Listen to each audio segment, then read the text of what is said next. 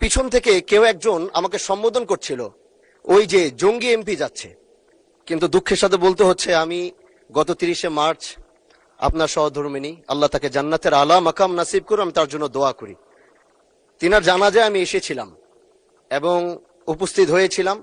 দক্ষিণ প্লাজা থেকে যখন আমি ভিতরে ঢুকবো, একদম কাছাকাছি পিছন থেকে কেউ একজন আমাকে সম্বোধন করছিল, ওই যে জঙ্গি এমপি যাচ্ছে।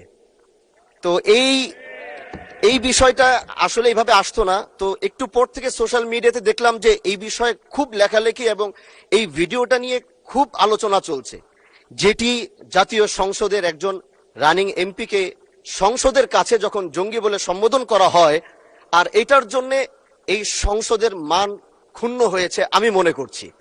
এজন্য আমি আপনার কাছে একটি অনুরোধ করব, আমাকে জঙ্গি বলার কারণটা আমি যতটুকু মনে করলাম যে আমার মাথায় একটি পাগড়ি রয়েছে এবং আমার চলায় সাদা পাঞ্জাবি সুন্নতে রাসূল রয়েছে, এটার জন্য হয়তো তিনি আমাকে ওইভাবে জঙ্গি বলে সম্বোধন সে আমাকে করেছে। আমি মনে করি আল্লাহ নবীর সুন্নত এবং এই পোশাক কোনোদিন জঙ্গির অ্যাসেম্বল হতে পারে না জানার সবাই।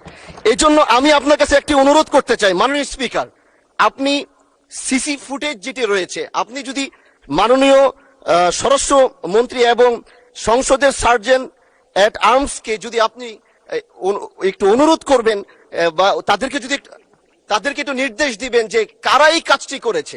অবশ্যই এই কাজটি এই জন্য করেছে যেন এখানে আমাদের বিরোধী দল যারা রয়েছেন, এখানে তাদেরকেও হয়তো তাদের সম্মান ক্ষুণ্ণ করার জন্য হতে পারে। ওখানে প্রশাসন দাঁড়িয়েছিল, প্রশাসনের সম্মান ক্ষুণ্ণ করার জন্য হতে পারে। এই জন্য আমি চাচ্ছিলাম একটি সঠিক তদন্ত যদি আপনার মাধ্যমে নির্দেশনা আসতো, তাহলে এই বিষয়টি ক্লিয়ার হতো। ধন্যবাদ।